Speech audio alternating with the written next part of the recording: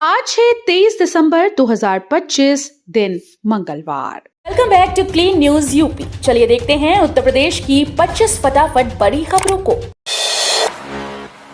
योगी cabinet की अहम बैठक, शिक्षा स्वास्थ्य समेत 25 से ज्यादा प्रस्ताव मंजूर।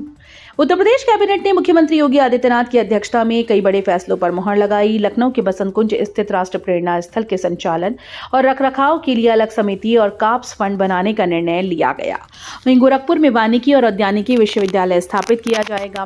कैबिनेट ने 2025-26 के लिए 25,000 करोड़ रुपए का अनुपूरक बजट भी मंजूर किया है। घने कोहरे का कहर, शीतलहर से कांपा यूपी, ऑरेंज येलो अलर्ट जारी। उत्तर प्रदेश में कड़ाके की ठंड और घने कोहरे ने जनजीवन को बुरी तरह से प्रभावित कर दिया। आज को मौसम विभाग ने 40 से अधिक जिलों में कोहरे और कोल्ड डे को लेकर अलर्ट जारी किया। प्रयागराज, आगरा, कानपुर, बरेली समेत कई जिलों में ऑरेंज और येलो अलर्ट घोषित किया गया। वहीं पूर्वांचल और विंध्य क्षेत्र के जिलों में अति शीत दिवस की चेतावनी दी गई। विजिबिलिटी बेहद कम रहने से सड़क और रेल यातायात पर भी असर पड़ने की आशंका है। बागपत को बड़ी सौगात। उत्तर प्रदेश के बागपत जिले के लोगों के लिए बड़ी खुशखबरी है। जिले में 49 करोड़ 30 लाख रुपए की लागत से 6 प्रमुख सड़कों का कायाकल्प किया जाएगा। लोक निर्माण विभाग ने त्वरित आर्थिक विकास योजना के तहत इसका प्रस्ताव राज्य सरकार को भेज दिया। इन सड़कों को चौड़ा और मजबूत बनाकर नेशनल हाईवे से जोड़ा जाएगा। इससे करीब 2 दर्जन गांव को सीधी कनेक्टिविटी मिलेगी। नवाचार से बदलेगी किस्मत। उत्तर प्रदेश के किसानों के लिए खुशखबरी है। अब बंजर जमीन पर भी आमदनी का रास्ता खुलेगा। उद्यान विभाग नागफनी की कमर्शियल खेती को बढ़ावा देने जा रहा है, जिसकी पत्तियां खेत से ही उद्योगों द्वारा खरीदी जाएंगी। इनसे दवाएं और कॉस्मेटिक उत्पाद बनेंगे। वहीं योगी सरकार आधुनिक खेती के लिए किसानों को प्रशिक्षित भी कर रही है। सिर्फ 10 दिन में 6.98 लाख किसानों को ट्रेनिंग दी जा चुकी है। देश में 2 नमूने, बयान पर अखिलेश का पलटवार, सीएम योगी को घेरा। उत्तर प्रदेश विधानसभा में मुख्यमंत्री योगी आदित्यनाथ के देश में 2 नमूने वाले बयान पर सियासत तेज हो गई। समाजवादी पार्टी प्रमुख अखिलेश यादव ने सोशल मीडिया पर पलटवार करते हुए इसे आत्मस्वीकृति बताया। अखिलेश ने लिखा कि किसी को उम्मीद नहीं थी कि दिल्ली लखनऊ की लड़ाई यहां तक पहुंचेगी। उन्होंने संवैधानिक पदों पर बैठे लोगों को लोकलाज और मर्यादा का ध्यान रखने की नसीहत दी और कहा कि पार्टी की अंदरूनी खींचतान को चौराहे पर नहीं लाना चाहिए। जेवर एयरपोर्ट को मिलेगा एक्सप्रेस कनेक्शन। उत्तर प्रदेश में कनेक्टिविटी और औद्योगिक विकास को नई रफ्तार मिलने जा रही है। विकास को योगी सरकार ने जेवर एयरपोर्ट से गंगा एक्सप्रेसवे तक प्रवेश नियंत्रित ग्रीनफील्ड एक्सप्रेसवे के निर्माण के लिए 1246 करोड़ रुपए का प्रावधान अनुपूरक बजट में किया है। इस राशि से भूमि अधिग्रहण की प्रक्रिया तेज होगी। ये एक्सप्रेसवे नोएडा इंटरनेशनल एयरपोर्ट को सीधे गंगा एक्सप्रेसवे से जोड़ेगा, जिससे निवेश, लॉजिस्टिक्स और उद्योगों को बढ़ावा मिलेगा। यूपी में बम्पर भर्ती। उत्तर प्रदेश के युवाओं के लिए बड़ी खबर है। उत्तर प्रदेश लोक सेवा आयोग ने राज्य सरकार के विभिन्न विभागों में 2158 पदों पर भर्ती के लिए ऑनलाइन आवेदन प्रक्रिया शुरू कर दी है। भर्ती का विज्ञापन आयोग की आधिकारिक वेबसाइट पर जारी कर दिया गया। इच्छुक और योग्य उम्मीदवार ऑनलाइन आवेदन कर सकते हैं। आवेदन और परीक्षा शुल्क जमा करने की अंतिम तिथि 22 जनवरी 2026 है। वहीं 29 जनवरी 2026 तक आवेदन में सुधार और शुल्क से जुड़ी त्रुटियों को ठीक करने का मौका मिलेगा। विधानसभा में योगी का तीखा वार। उत्तर प्रदेश विधानसभा सत्र के दूसरे दिन मुख्यमंत्री योगी आदित्यनाथ ने समाजवादी पार्टी और कांग्रेस पर तीखा हमला बोला।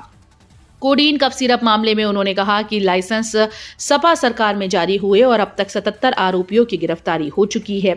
वहीं वंदे मातरम पर चर्चा के दौरान सीएम योगी ने कहा कि मोहम्मद अली जौहर ने इसके गायन का सबसे पहले विरोध किया था। उन्होंने वंदे मातरम को स्वतंत्रता संग्राम का प्रतीक बताते हुए कांग्रेस पर तुष्टीकरण का आरोप लगाया। शादी पिकनिक के लिए रोडवेज बस बुकिंग आसान। उत्तर प्रदेश में शादी और पिकनिक के लिए रोडवेज बस बुक कराने वालों के लिए राहत भरी खबर है। रायबरेली में परिवहन निगम ने बस बुकिंग के नियमों में बदलाव किया। अब 1 सप्ताह पहले भी बस की बुकिंग कराई जा सकेगी। 400 किलोमीटर और 24 घंटे के लिए किराया 27,808 रुपए तय किया गया। बुकिंग के लिए ARM कार्यालय में आवेदन और शादी का कार्ड जमा करना होगा। ठंड की मार, यूपी में खाली दौड़ रही रोडवेज बसेस, यात्रियों की कमी से बढ़ा घाटा। कड़ाके की ठंड का असर अब उत्तर प्रदेश रोडवेज पर साफ दिखाई देने लगा है। हाथरस जिले में यात्रियों की संख्या घटने से बसेस खाली दौड़ रही हैं और परिवहन निगम को नुकसान उठाना पड़ रहा है। आम दिनों में करीब 85% रहने वाला लोड फैक्टर घटकर 65% पर आ गया। रात के समय हालात और खराब हैं। आगरा अलीगढ़ मार्ग पर 11 बजे के बाद से सन्नाटा छा जाता है। कोहरे का अलर्ट, फसलों के बचाव के लिए किसानों को सतर्क रहने की सलाह। उत्तर प्रदेश में बढ़ते कोहरे को लेकर किसानों के लिए अहम सूचना जारी की गई। चंद्रशेखर आजाद कृषि और प्रौद्योगिकी विश्वविद्यालय कानपुर के कृषि विज्ञान केंद्र दिलीप नगर के वैज्ञानिक डॉक्टर खलील खान ने फसलों की सुरक्षा के लिए एडवाइजरी जारी की। उन्होंने बताया कि आने वाले दिनों में घने कोहरे और बदलते तापमान से फसलों में कीट और रोगों का खतरा बढ़ सकता है। यूपी में शिक्षा पर जोर। उत्तर प्रदेश में छात्रों के बेहतर भविष्य और परीक्षा तैयारी को लेकर महत्वपूर्ण पहल की जा रही है। सीबीएसई शाजापुर क्षेत्र में स्कूल प्रमुखों और काउंसलर्स के लिए 30 दिसंबर को करियर गाइडेंस पर विशेष ओरिएंटेशन आयोजित करेगा, ताकि छात्र अपनी क्षमता के अनुसार सही करियर का विकल्प चुन सकें। आगरा लखनऊ एक्सप्रेसवे पर सख्ती। आगरा लखनऊ एक्सप्रेसवे पर सफर करने वालों के लिए जरूरी खबर है। बढ़ते हादसों को देखते हुए यूपीडा ने सख्त नियम लागू किए हैं। अब बिना रिफ्लेक्टिव टेप के भारी वाहन टोल पार नहीं कर पाएंगे। सीट बेल्ट और हेलमेट न पहनने वालों को भी टोल से आगे जाने नहीं दिया जाएगा। एक्सप्रेसवे के सभी 17 टोल पर पीए सिस्टम लगाए जाएंगे, जिससे अनाउंसमेंट के जरिए नियमों की जानकारी दी जाएगी। ठंड और कोहरे का कहर। उत्तर प्रदेश में कड़ाके की ठंड और घने कोहरे के चलते कई जिलों में स्कूल्स को बंद करने का आदेश जारी कर दिया गया है। अंबेडकर नगर में 24 दिसंबर तक नर्सरी से 12वीं तक अवकाश रहेगा। फर्रुखाबाद और रायबरेली में आज भी छुट्टी घोषित की गई है। वहीं झांसी में स्कूल का समय बदलकर सुबह 10 से दोपहर 3 बजे तक कर दिया गया। मिर्जापुर में आज और कल को नर्सरी से 8वीं तक अवकाश रहेगा। यूपी पंचायत चुनाव 2026। उत्तर प्रदेश में पंचायत चुनाव 2026 की तैयारियां तेज हो गई हैं और अब उल्टी गिनती शुरू हो चुकी है। संभावित रूप से अप्रैल मई में होने वाले चुनाव को लेकर चुनाव आयोग आज अंतिम मतदाता सूची जारी करेगा। इसके बाद मतदाताओं को 30 दिसंबर तक सूची में नाम जोड़ने, हटाने या सुधार के लिए आपत्तियां दर्ज कराने का मौका मिलेगा। सभी आपत्तियों के निपटारे के बाद 6 फरवरी को अंतिम मतदाता सूची प्रकाशित की जाएगी। आयोग की इस प्रक्रिया से चुनाव को पारदर्शी और निष्पक्ष बनाने की तैयारी की जा रही है। माघ मेला 2026 की गूंज। प्रयागराज के संगम तट पर माघ मेला 2026 की तैयारियां तेज हो गई हैं। मठों और आश्रमों के शिविर लगाए जा रहे हैं। वहीं मेला और पुलिस प्रशासन के शिविर का भूमि पूजन हो चुका है। द्वारका पीठ के शंकराचार्य स्वामी सदानंद सरस्वती जी के शिविर के लिए वैदिक मंत्रों के बीच भूमि पूजन किया गया। माघ मेला 3 जनवरी को पौष पूर्णिमा से शुरू होगा, लेकिन 10 दिन पहले ही संगम तट पर श्रद्धालुओं की भीड़ उमड़ने लगी है। विधानसभा में सियासी हमला। उत्तर प्रदेश विधानसभा में स्वास्थ्य व्यवस्था को लेकर सियासी बयानबाजी तेज हो गई। उप मुख्यमंत्री ब्रजेश पाठक ने समाजवादी पार्टी पर गंभीर आरोप लगाए हैं। उन्होंने कहा कि 2017 से पहले सपा सरकार में अस्पतालों की हालत तबेले जैसी कर दी गई थी। पाठक ने कहा कि उस दौरान निजी चिकित्सकों की फीस और मेडिकल जांच की दरें तय करने के लिए कोई ठोस नीति नहीं बनाई गई। 2012 से 17 तक अखिलेश यादव के नेतृत्व वाली सरकार में स्वास्थ्य सेवाएं बदहाल थीं। नए साल में रहें सतर्क। नए साल की खुशियों के बीच साइबर ठगों से सावधान रहने की जरूरत है। बधाई संदेश के नाम पर भेजे जा रहे फर्जी लिंक और एपीके फाइल आपके मोबाइल को हैक कर सकते हैं। जैसे ही आप इन पर क्लिक करते हैं, साइबर अपराधी बैंक खाते तक पहुंच बना लेते हैं और पूरी रकम निकाल सकते हैं। किसी अनजान व्यक्ति से सोशल मीडिया पर दोस्ती ना करें और ना ही अपना बैंक विवरण या ओटीपी साझा करें। नए साल के मौके पर साइबर अपराधी ठगी के नए तरीके अपना रहे हैं। घने कोहरे में भी ट्रेन की रफ्तार बढ़ी। पूर्वोत्तर रेलवे ने घने कोहरे के बीच ट्रेन की सुरक्षा और समयबद्ध संचालन के लिए फॉग सेफ्टी डिवाइस का इस्तेमाल शुरू कर दिया है। जीपीएस तकनीक पर आधारित इस डिवाइस की मदद से ड्राइवर को सिग्नल लगभग 800 मीटर पहले ही दिखाई देता है। इससे वे अपनी रफ्तार को सुरक्षित तरीके से 10 से 25 किलोमीटर प्रति घंटे बढ़ा या घटा सकते हैं।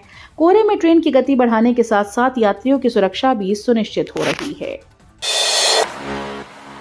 लव जिहाद पर महिला आयोग की कड़ी चेतावनी।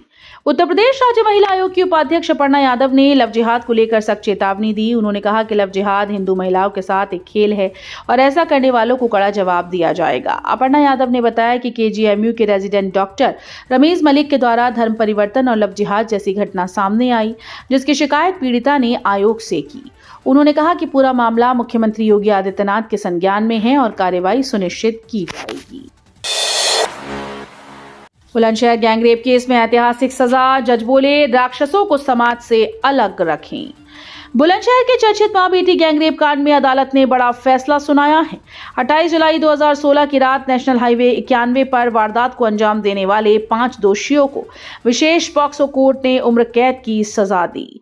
कोर्ट ने सभी पर कुल 1.81 लाख रुपए का जुर्माना लगाया, जिसकी आधी राशि पीड़ित मां बेटी को दी जाएगी। सजा सुनाते हुए अदालत ने कहा कि ऐसे अपराधियों को सभ्य समाज से दूर रखना जरूरी है। पीड़ित परिवार ने फांसी की मांग की। फतेहपुर में राज्यपाल की अपील। उत्तर प्रदेश के राज्यपाल आनंदीबेन पटेल फतेहपुर पहुंची और सरस्वती बालिका विद्या मंदिर में आयोजित कार्यक्रम में शामिल हुईं। उन्होंने विद्यालय के नए भवन का लोकार्पण किया और आंगनबाड़ी कार्यकर्त्रियों को किट वितरित की। महिलाओं को पोषण किट दिए गए और विभिन्न सरकारी योजनाओं के लाभार्थियों को सम्मानित किया गया। इस मौके पर राज्यपाल ने एसआईआर के विरोध से बचने की अपील करते हुए कहा कि घुसपैठियों को बाहर निकाला जा रहा है। 1.25 साल के बच्चे में भी मोतियाबिंद। बीएचयू में हर महीने हो रहे 20 बच्चों के ऑपरेशन। मोतियाबिंद अब केवल बुजुर्गों की समस्या नहीं रह गया है, बल्कि छोटे बच्चों और किशोरों में भी इसका खतरा बढ़ गया है। 1.25 साल के बच्चे का हाल ही में बड़ी पियरी स्थित निजी अस्पताल में ऑपरेशन किया गया। इस तरह बीएचयू नेत्र रोग संस्थान में 2 से 12 साल के बच्चों और 13 से 17 साल के किशोरों का इलाज किया जा रहा है। मोतियाबिंद का ऑपरेशन कर बच्चों की दृष्टि सुधारने के लिए लेंस भी लगाया जाता है। यूपी में ग्रामीण महिलाओं की बड़ी जीत, 23 लाख को रोजगार, 111 करोड़ खातों में। उत्तर प्रदेश में मुख्यमंत्री योगी आदित्यनाथ के नेतृत्व में ग्रामीण महिलाओं को आर्थिक रूप से सशक्त करने की दिशा में बड़ी उपलब्धि हासिल हुई। वित्तीय वर्ष 2025-26 में अब तक 23 लाख से अधिक ग्रामीण महिलाओं को वीबीजी रामजी योजना के तहत रोजगार मिला। करीब 32,000 महिला मेड्स को प्रबंधन की जिम्मेदारी सौंप दी गई है, जिनके खातों में 111 करोड़ से ज्यादा की राशि सीधे ट्रांसफर की गई।